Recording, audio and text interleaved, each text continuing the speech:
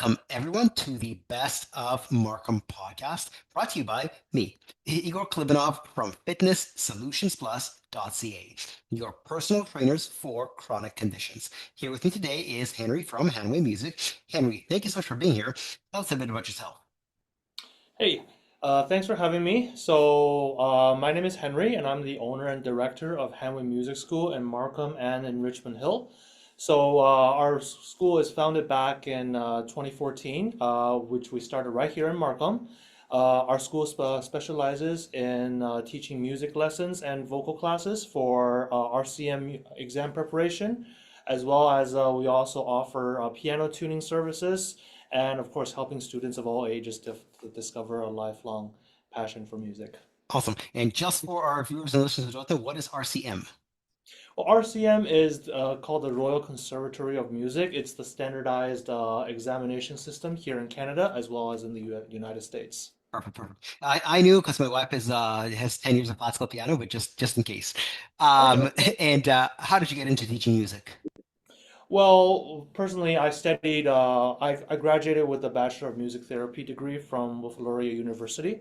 Hmm. So during my time in school, I worked with kids in all sorts of clinical setting as well as an education setting. So I feel like my background in that as well as in psychology really helped me understand the profound impact of music Hmm. education. And then that experience ultimately helped me solidify my choice of starting our own music studio back in 2014. Interesting. So you could have taught music for another school, for another employer, etc., but you decided to start your own school. So you chose the route of entrepreneurship. Why did you choose that route?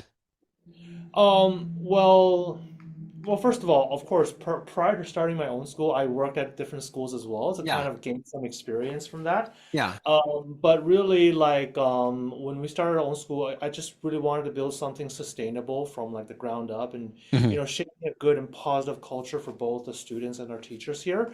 And of course, when I taught individually myself, I had some methods that I developed, and I think it really worked with a lot of my students in the past. Yeah. So I think starting a school like this and sharing that experience with other students and teachers, I think that also helped them as well. Right. Do you find that your method was at odds or conflicted with your previous employers that made you start, or it didn't really conflict? You just liked what you were doing and you wanted to do it on your own?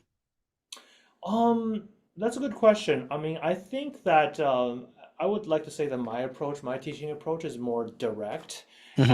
whereas more like theoretical or philosophical, right? So I think like anything in terms of like, especially working with kids, we want to just make things very direct and simple and easy for them to Yeah. understand. So I think a lot of my method is just really like really straight to the approach and then really get them to understand what's happening here, maybe, why would you play like this, and then there's a reason behind it. So it's just kind of going direct to the point. Whereas like how a textbooks goes like really philosophical things, and after a long time it gets kind of confusing. So I think for my approach is more direct, and I think that really helped a lot. Yeah, yeah. A lot of the entrepreneurs that I interviewed on the show, they say their motivation behind taking the entrepreneurship route is exactly that. I wanted to do things my way.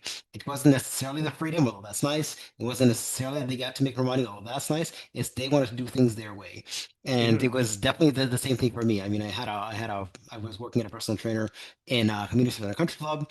I think my methods were better, more effective than Uh-huh. Yeah. what was being used, and yet my boss restricted me from using them because they learned her methods.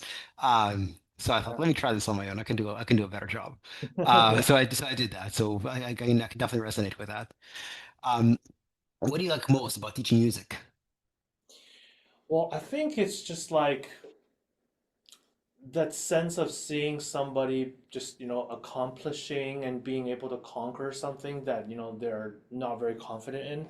I Hmm. think one very key aspect, like a really fond memory, is that I used to work with a student who's super shy, who's afraid to get up and speak in front of parents or in front of her peers, right? But like she loved music, she loved playing, and the music that she's making is obviously like it's very resonating to like what she really thinks.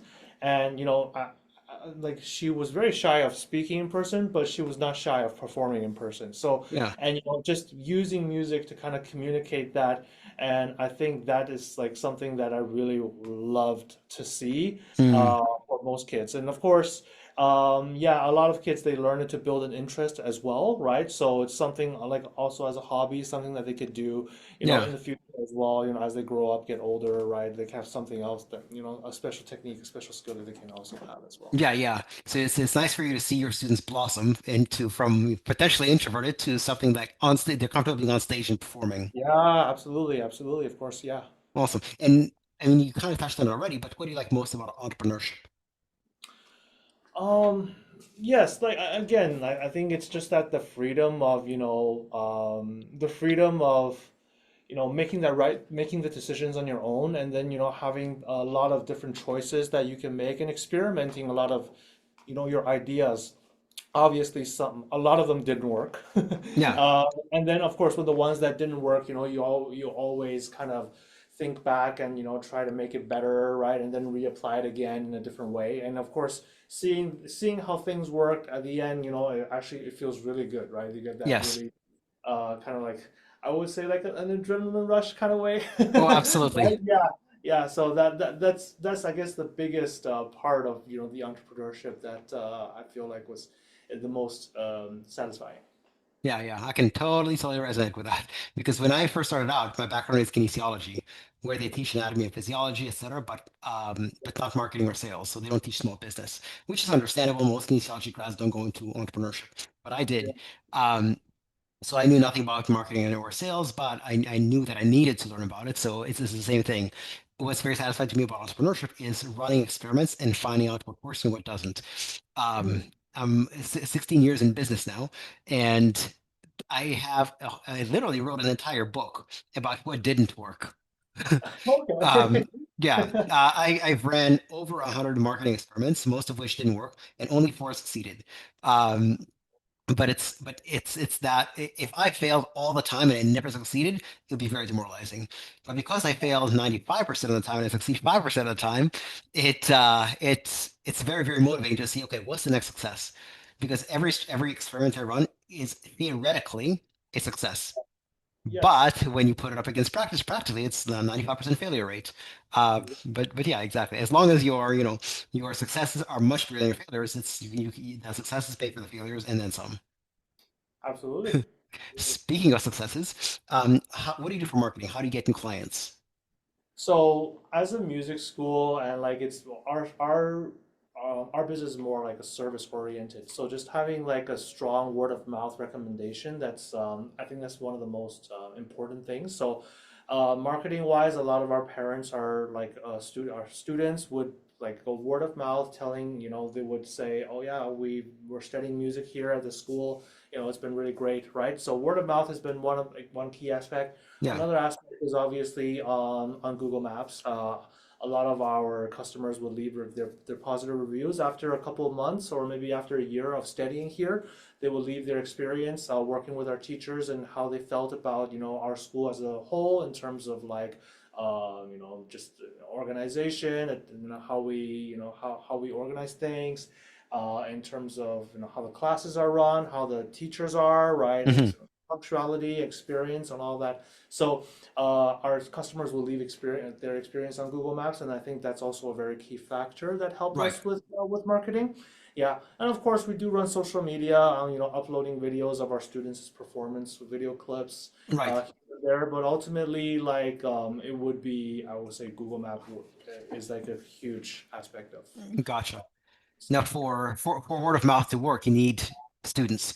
Now, when you were first starting out, you had zero students. So, how did you get your first, second, third? Oh, I mean, that's a great question. I mean, we just had to kind of like, post a lot of things everywhere and just kind of get a word of mouth out and saying, our school, we were upcoming music school here in Markham with, the teachers that we have on file, that we had at the time. And, just kind of telling everybody about our teachers' experiences and their Yeah. backgrounds. And then, eventually, students just started calling, and then we offered them, a really great a beginner's package, right, which helped them kind of get on Yeah, board. And then ultimately after that, that's how things started to go along. right. So initially, you got your first students through social media or through other sources? I would say it would be through social media. Yeah. Got it. Okay. And are most of your students kids, teenagers, adults, seniors? I would say 90% of them are like kids between the ages like between 5 to 12, Okay. right? That would be like 90% of them, and then the rest of them is more like teenagers or adults. Yeah. Got it. Okay. So you mentioned three major sources of new clients: word of mouth, Google Maps, and social media. Do you Mhm. get an even 33% split across all of them, or does one dominate? Do you get more students from one source than the others? I would say Google Map would take about like 65, 70%, right? Interesting. And then social media really not that much because we're all like really everybody has been blasted by social media stuff now Yeah.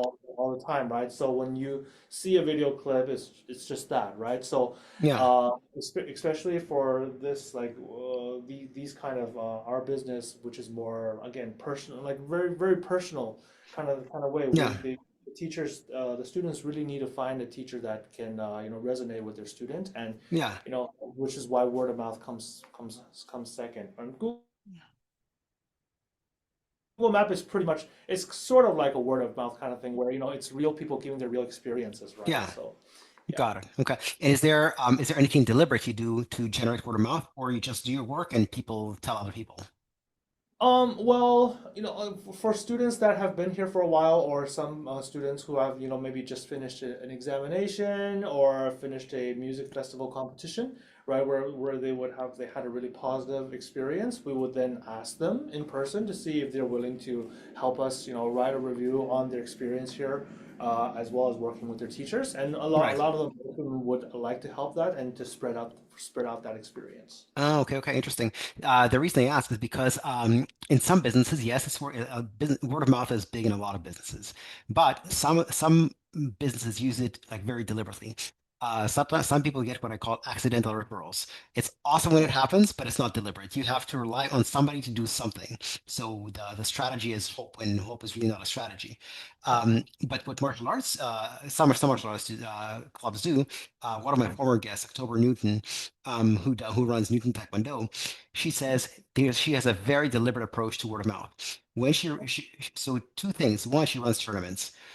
Tournaments are great because the students show up, but also the students' friends, family, etc. show up. Who's most likely to join the school? The near contacts of her existing students. Um, I used to be part of a martial arts club maybe about 20, 25 years ago, and they also tried to generate word of mouth, but they were very deliberate about it. They did Yeah. movie nights. Every 2 months, they would show a movie, not even about martial arts, just any movie, like some kind of Disney movie or something like that. They would invite the students, they would buy pizza for everyone, and of course, in addition to the students would bring their classmates, their friends, etc. And then they talked to the instructors, spoke to the parents afterwards to generate positive word of mouth, very very deliberately, and that was a great source of new students in the martial arts world. Um, Yeah. so that's potentially an idea for you. That is a really great idea. Yeah, and of course, like our school, we have recitals every year. So for Yeah. music, we run with recitals every year, and all of our recitals are free to everybody, right? And of course, like we also promote that students have their friends and different family members, Hmm. cousins, whatnot, all attend, right, to see Yeah. their family member play on stage, right? So Yeah. yeah, that's definitely a very good idea as well. Yeah. Yeah. Absolutely. Glad you like it. Um, Now you mentioned you're always running experiments. So what are you working on right now that's exciting to you? Well, right now, as we are coming like to the start of the new school year very soon, so every time during this time, we of course, uh, first of all, we got to make sure scheduling wise, for all our students have to work, right? Because every time when September rolls along, everybody gets like a different schedule, different calendar, so we have to work on that. And of course, our like I mentioned, we have our recital coming up. It's in Christmas time, but this year we might be conjuring up some new ideas with our Hmm. teachers, right? Yeah. And so we're thinking about some different activities that we could introduce during the recital to promote some fun activities for the parents and for the students. Hmm. And of course, when September comes along, a lot of music festivals and competitions starts right now. So we're also just seeing which students are being ready to do that, like kind of getting that ready and promoting that to the parents as well. Oh yeah, yeah, definitely exciting things coming up. And what obstacles have you encountered in your time as a music school owner? I guess the biggest obstacle is just finding the right staff that shares our same vision, and that has the same, and also has the experience. So, like teaching music, it's you could say something that's very broad. A lot of people say like, oh, I know how to play the piano, but it doesn't mean that they're able to Yes. teach the piano, right? So just being able to over the years, like hiring, recruiting, and bringing on the right staff.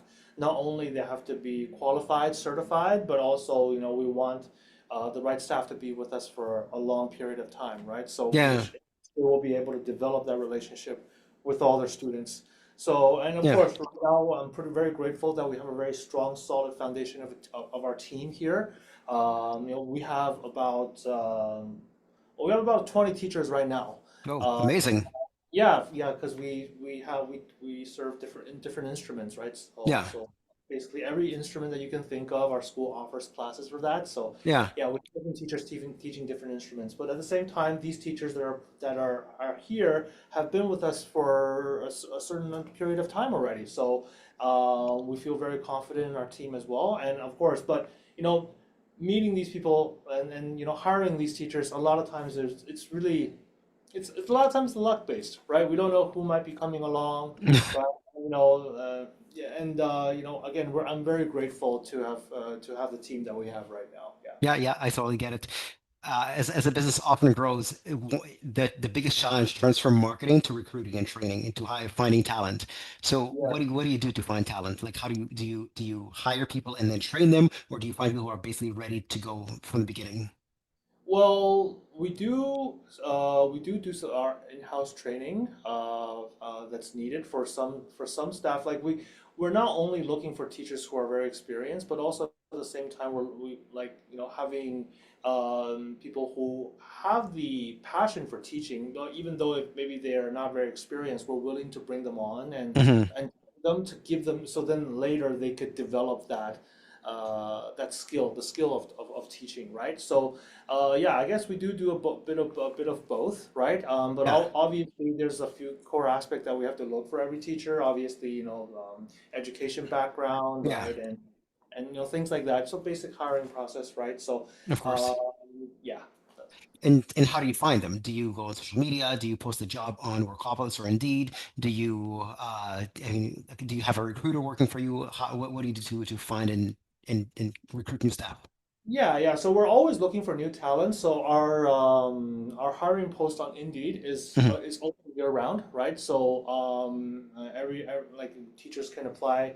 We have multiple applications every single month where Yeah, we go through and filter out our potential candidates, right? yeah. So yeah, we I would say Indeed has been pretty good for us so Yeah, far. yeah, yeah. I find that in some businesses, Indeed is fantastic. For my business, personal training, it used to be fantastic, Yeah. but as of the last like 7 or 8 years, a lot less. So I ended Okay. up, I actually hired a recruiter, and all of my headaches are gone. And I totally get what you're saying in terms of like you never know who you bring on board, because very often being good at interviews is very different than being good at your job. I Yeah, wish yeah. that people who are really bad at their job were also really bad at interviews, so you don't hire I them. But know. sometimes people have really, really good interview skills. Then you hire them, and they are really, really bad. Uh, Yeah. I know, like, disconnect.